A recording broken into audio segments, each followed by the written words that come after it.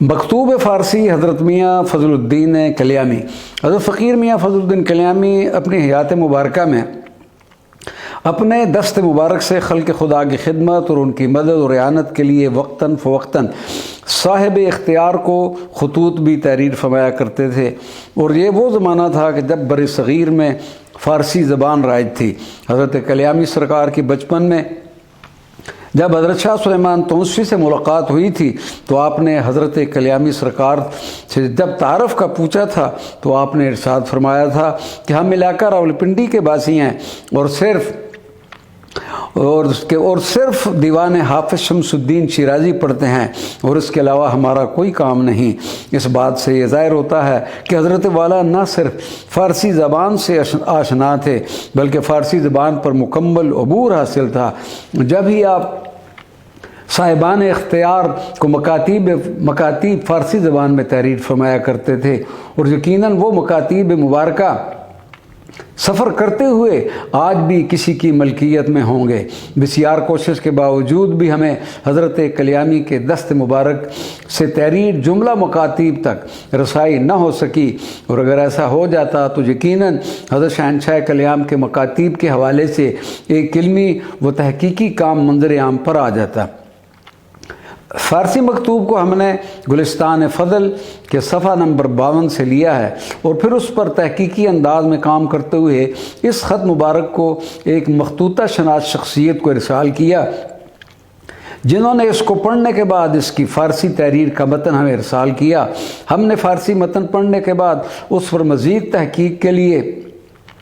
Sargodha university کی شعبہ فارسی کی ہیڈ محترمہ ڈاکٹر چاند بی بی صاحبہ کو وہ فارسی تحریر ارسال فرمائی جس پر آپ نے ہمیں اپنی رائے سے آگاہ فرمایا، جس کے لیے ہم ان کے شکر گزار ہیں۔ آپ نے مزید کرم فرماتے ہوئے ہماری اس کتاب پر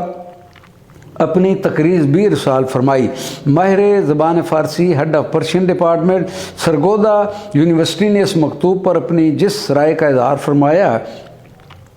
وہ کچھ اس طرح سے ہے۔ بظاہر یہ حضرت کلیامی سرکار کی ہی تحریر ہے جو فارسی میں ہے، اور یہ وہی زبان ہے جو 150-200 سال قبل اس علاقہ میں رائج تھی۔ صرف فرق یہ ہے کہ اس میں تھوڑا سا علاقائی رنگ بھی پایا جاتا ہے۔ حضرت تاجدار کلیام کے اس مکتوب سے یہ بات بھی عیاں ہوتی ہے کہ آپ اپنی حیات میں اپنی تحریروں میں اپنا تعارف اس طرح کروایا کرتے تھے: از جانب فقیر میاں فضل الدین۔ اب یہ جو مکتوب ہے فارسی زبان میں لکھا ہوا،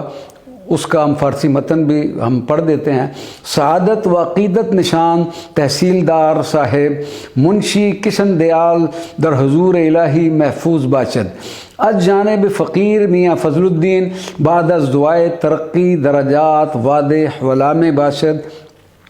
کہ الحال این نواح خیر است و خیریت آن عقیدت نشان مدام از درگاہ رب العالمین می خواہم، بعدہ بر نشور است کہ بوقت کز پاک پتن بخانہ خود رسیدم، آن وقت مردمان خرد و کلان ساکنان ٹلہ پیش من برائے ملاقات آمدن، و من از مردمان مذکور شنیدم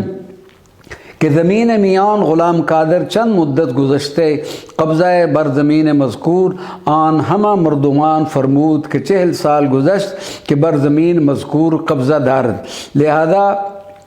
قلم نمود در ای مہربانی ای مقدمہ دریافت سازد، ای مقدمہ مذکور خود دانستے دریافت فرمایند و مرسلہ در خدمت، لہذا قلم نمود بحضور تحصیلدار صاحب کلاں ہمراہ ای مسمہ میاں غلام صالح ادی جانب بود و مقدمہ خود را داشت دریافت فرمایند، ضرور صد ضرور بسیار دارند۔ اس فارسی مکتوب کا اردو ترجمہ باشکریہ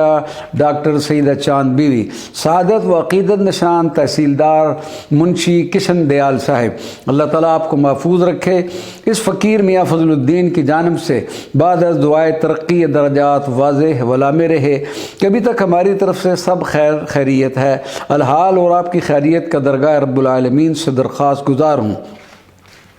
اس کے بعد عرض یہ ہے کہ جب پاک پتن سے اپنے گھر پہنچا اس وقت ٹلہ کے رہنے والے چھوٹے بڑے سب لوگ مجھے ملنے کے لیے آئے اور میں نے ان سے سنا پچھلے کافی عرصے سے میاں غلام قادر کی زمین ان لوگوں کے قبضہ میں ہے۔ وہ کہتے ہیں کہ 40 سال سے ان کا اس زمین پر قبضہ ہے جو انہیں لکھ دیا گیا۔ مہربانی فرما کر مقدمہ ہاتھ میں لیں اور اس سلسلہ میں ان کے حق میں فیصلہ لکھ دیں۔ ان لوگوں کی طرف سے میاں غلام صالح تحصیلدار سے ملے ہیں، لہذا ان کی ضرور برضرور مدد کی جائے۔ تاجدار کلیام اور شوق سما، حضرت میاں فضل الدین کلیامی پر ذوق سما کا خوب غلبہ تھا اور حالت وجد بھی آپ پر طاری رہتی تھی۔ عشق الہی کے سوز میں ہائے ہائے کرتے رہتے تھے۔ ایک رات آرام فرما تھے کہ ساتھ چارپائی پر سرنگی پڑی ہوئی تھی کہ اچانک ایک چوہا جو اس کے اوپر سے گزرا تو اس کی تاروں سے ایک پرکیف جھنکار نکلی جس سے آپ تڑپ کر گر گئے اور فرمانے لگے، ہائے سڑی گیا، ہائے بلی گیا۔ حضرت قبلہ عالم انتہائی ذوق و شوق سے درد برے اشعار سرنگی کی دھنوں کے ساتھ سماعت فرمایا کرتے تھے۔ آپ کے منظور نظر قوال سائیں غلاب اور سائیں مہتاب آپ کی بارگاہ کے حاضر باش تھے۔ حضرت والا پر جب بھی وجد کی کیفیت طاری ہوتی تو یہ برادران فوری سرنگی پر کلام پڑھنا شروع کر دیا کرتے تھے۔ سرنگی سرزمین ہندوستان میں ایجاد ہونے والے سازوں میں قدیم ترین اور ایک نمایاں ساز ہے جو چھاتی کے ساتھ لگا کر بجایا جانے والا ایک پرسوز و پرکیف ساز ہے۔ اگر اس کا بجانے والا بھی ایسے ہی ذوق و شوق والا درویش ہو تو پھر سننے والے بھی مسحور ہو جاتے ہیں، کیونکہ ساز و آواز کا حسین سنگم کسی بھی حساس انسان کے حصے لطیف کو یکسر بے خود کر سکتا ہے اور ایک ذی شعور کو سرمست کر سکتا ہے۔